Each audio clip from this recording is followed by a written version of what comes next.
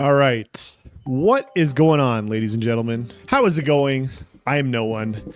And I am finally back from vacation. I've been gone. I haven't done a video in a little while. And the first video back is going to be a banger. We're just going to dive into it. I'm going to talk about why I think Phase 2.5 has failed so horribly. But before we dive into that, we have to kind of set the table.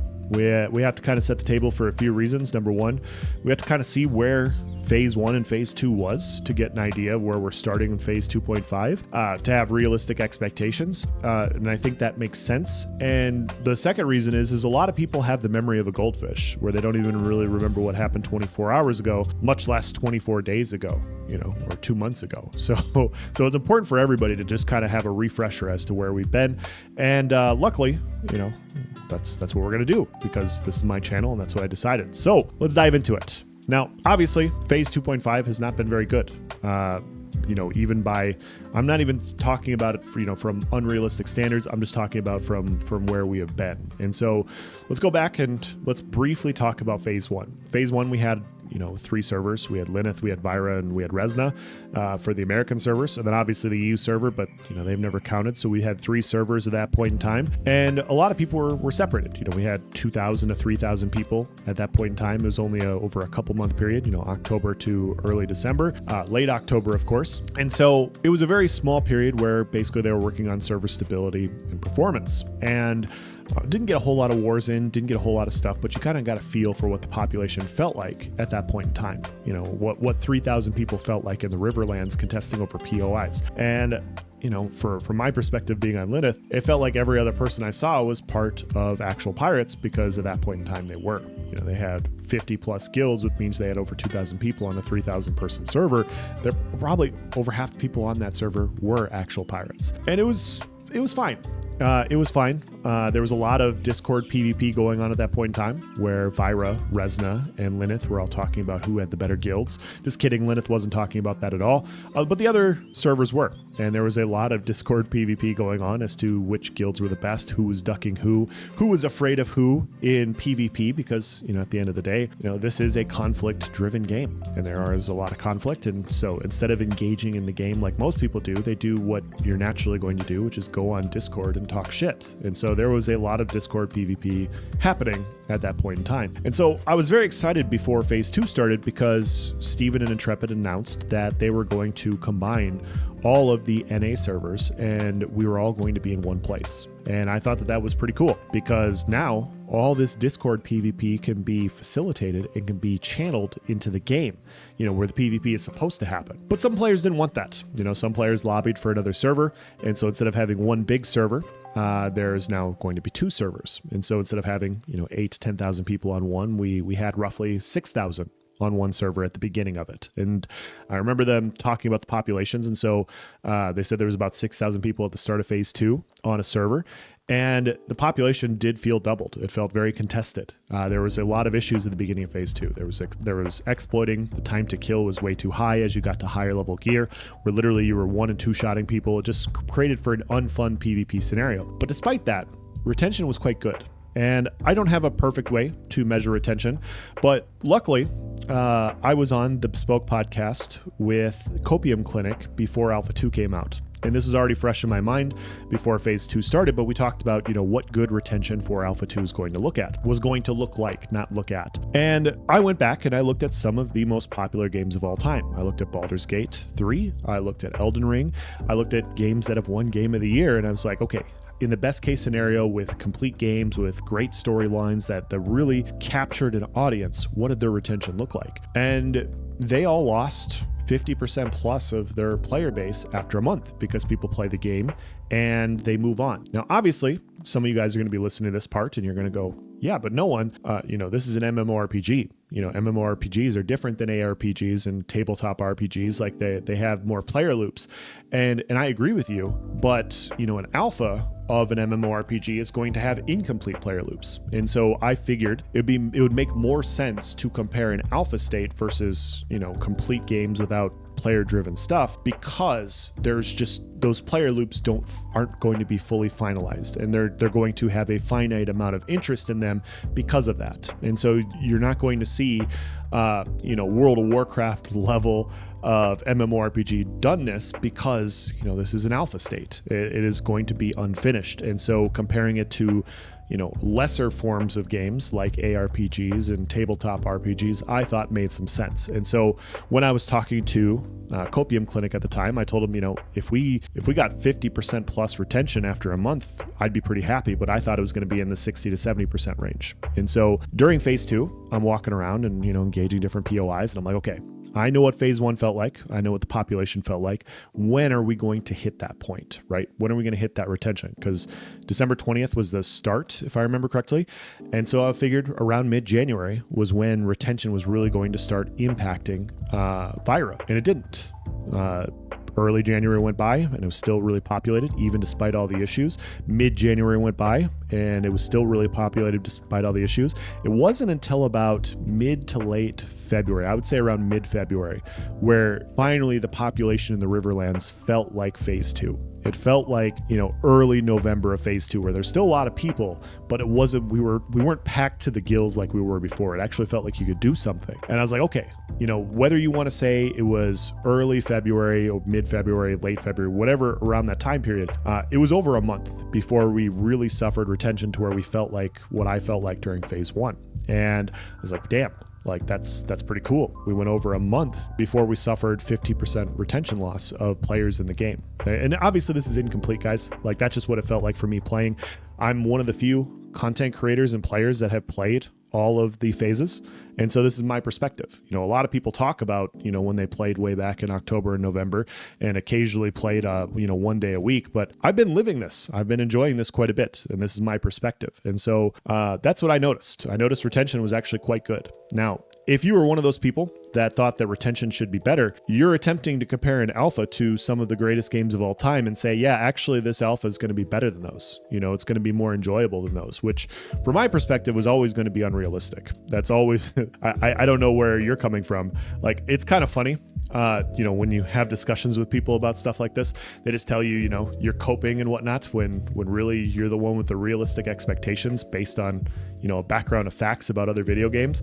It wasn't them saying like, hey, actually guys, this is going to be better than some of the greatest games of all time. That Baldur's Gate game, that's been, dubbed as best game of the last decade. Actually, this Alpha 2 is going to have better retention than that. I'm the one that's being realistic here, not you. Like, it just doesn't make any sense to me. I had to make fun of you because this is my channel. I get to do what I want. So overall, retention was good for phase 2. And some good changes came in. We got the Jundark. We got some overhauls of the desert. And we got some overhauls of the tropics. And we're slowly seeing more and more art come online. We're slowly seeing the world develop. And things are heading in a very fun direction. Obviously, the desert didn't exist in phase 1, and it still doesn't exist now. And the player that said that the desert doesn't exist now, his account doesn't exist. Like, it is a weird conspiracy. It is a very weird conspiracy. Somebody should dive into this. Maybe I will for a later video. But regardless, we have all these areas. We had solid retention. And so when phase 2.5 came up, it's unexpected. We all know how to count to 3. There's phase 1, there's phase 2, there's phase 3. And this is a bump in the road that was unexpected. Now, if you guys follow Intrepid live streams like I do, you remember way back in November when Steven Shreve said that dynamic gridding and meshing will be online in December, and in January, and in February, and in March. And now we're into June and it's not up yet. And so when you look at it, they've said for the last 4 to 5 months as well that phase 2 is not a phase to where they're catering to service players. They're not at a point to where they're going to really work towards balance, or they're going to work towards getting some of these systems more finalized, because they have back end stuff that's a lot more important. Think of it like baking a cake, right? Like, it's your birthday, your mom's baking your cake, and the cake is in batter form and it's in the oven. Would you ask at that point in time to have candles on the oven or on the cake? No, of course not, because it's not at that point yet. And until dynamic meshing and gridding is fully up and running, until we can have these big 200, 300, V300 battles without severe server deterioration, we're not going to get things like the character creator. Like, the character creator is a small candle on this very large cake. It is a tiny candle. You know, like when you're 80 years old and people put out candles individually, you're like one of the candles on an 80-year-old's cake. And yeah, it just doesn't matter at this point because the cake's not ready. It's going to fall through anyways. Like, nobody gives a shit about the character creator until you can get 200v200 PvP battles. And we're not there. The shit lags out at 100v100 right now. And so until this comes online, like I told my guild, we're at a standstill. We're at a standstill from a content perspective. We're bottlenecked. Until they get this stuff going, they can't incorporate really new things onto the server. This is the most important thing that they're working on. And nobody knows how long it's going to take. You know, Intrepid doesn't know how long it's going to take. They thought it was going to be done in December, and it's not done yet. Yeah, this is going to take as long as it takes. And so we're at this weird interlude stage during phase 2.5 where we don't really know what's going to happen. We don't really know how long this is going to take. Yeah, sure. They say phase 3 is going to start in August, but there's no guarantee that this doesn't get delayed and pushed back as well. And so we're at this weird limbo point to where we're just not going to see content until these back-end systems come online. And despite all that, despite me telling the guild, like, hey, you know, everything from a guild perspective, play as much as you want, but this is a weird phase. I'm not expecting people to put in hours during a phase that's going to wipe in a couple months anyways. Despite all of that, my guild was still very excited for phase 2.5. When you go and you look at YouTube, people were very excited for phase 2.5. Look on Discord, people were very excited about it. And so I felt at the start, I kind of felt like I was in the minority because basically everybody was looking at it and they're like, hey, guys, this is phase 2 again, but with better time to kill, more areas to PvP in, and more players. And so we're going to have the EU guilds come over, and they're all banding together to work on things. We're going to have the Lineth guilds coming over. Maybe actual pirates will join. And we're going to have 2,000 of their guild. You know, maybe they're going to be this big bad behemoth like they were on Eve, allegedly. You know, maybe we're going to have all this cool conflict and this player-driven content in a way that, you know, we weren't expecting. Sure, it's an unexpected phase, but with the amount of people, there's going to be so much content driven off of other systems that exist in the game. And I got kind of convinced of it. I was buying into the hype for sure, because this is a player-driven game and the TTK is substantially better. It is substantially better than it was during phase 2, and the world looks better, and obviously server stability is better now than it was, you know, at the start of phase 2. At the start of phase 2.5, it's better at the start of phase 2. So I was really buying into the hype, and I was looking forward to it because, you know, that's why I signed up to play this game. However, that's not how it ended up working out. Because with the start of phase 2.5, what Intrepid also ended up doing was incorporating huge cost increases to all of their crafting. And so if you look at the processing fees, you know, in order to process some things, you need to, you know, in order to make one specific thing, sometimes you need to process twice. And each of these processes takes, you know, 2 resources that it did before. Instead of 1, it now takes 2. And so to do a caravan, in order to make a chassis, instead of it costing 20 Weeping Willow, it now costs 40 in order to make this chassis. And so instead of the overall piece costing 60 pieces of Weeping Willow, it now costs 120. And so the cool part about phase 2 for caravan runs, I just want to explain one example for you guys in this video. The cool part about caravan runs was that the base for entry was quite good, in my opinion. Like it was still good to run caravans, even if you were only successful half the time. The cost to a caravan plus running them was still worth it. You were still making gold, more gold, grinding glint, and then running them via caravans than you were not doing that. And so obviously there's other better ways to make gold, but from a should you run caravans to should you not run caravans perspective, you were inclined to run caravans during phase 2. And that's what people did. And running caravans led to conflict. It led to people wanting to get that gold. It led to people wanting to get that PvP. That PvP led to some shit talking. It led to people wanting to fight. It led to guild wars. It led to node wars. It led to a lot of conflict that existed in the world, all over caravans. And then all of a sudden, when you double the cost, or double the entry price for caravans, a lot of people are looking at it and they're like, wow, it is double the resources. You're now telling me I have to go out and get 120 Weeping Willow in order to make one caravan. And if I lose it, I got to go out and get it again. And all these resources are farmed even more, they're farmed even harder than they were during phase 2 because there's more people, and now everybody's out there trying to get every single one. Unless you're on a lot, there's just no base entry price in order to run this thing. And so all of a sudden, what was a very good gold making system, that inclined people to go out in the world and engage in PvP, less and less people were running it. I think most people I have seen run caravans this phase were either exploiters, speed running, using glitches to sell gold, or there are people doing the caravan quest for XP. And that was literally it. That's basically all the people I have seen. And so because of this one system, there's a lot less conflict. There's a lot less random PvP in the world, which means that there's less random things to do in the world, which means that it also makes people want to fight less in the world. There's less, I'm not going to have any animosity towards an EU guild or another Lilith guild because, they're not, what are they doing? They're not attacking my caravans. They're not taking my stuff because I'm not running them. I'm not attacking caravans because they're not running them. And so you created this conflict system and you put the cost increase so much, it basically felt like busy work for the population. Now extrapolate this to every single crafting and economy thing in the game where everything costs more. And people are looking at it and they're like, wow, this is all wiping before phase 3 anyways. What's the point in engaging in animal husbandry or armor smithing or, underwater basket weaving, whatever crafting you want to participate in? What's the point? What's the incentive here? And the point is that there's none. And so when you look at this, when you look at what is happening here, you have this incomplete system of an Alpha 2 where all these systems, because they're incomplete, Intrepid is trying to protect the player base a little bit. Like, hey, we know this isn't the finalized system. We're trying to protect players in this regard. We're trying to protect players. But, look at the corruption system. Look at, the cost of wars, war declarations going from 5 to 20 gold. You only having 3 charges of war decks every 24 hours. Like all these things are inclined to prevent players from warring as much, prevent conflict from happening as much.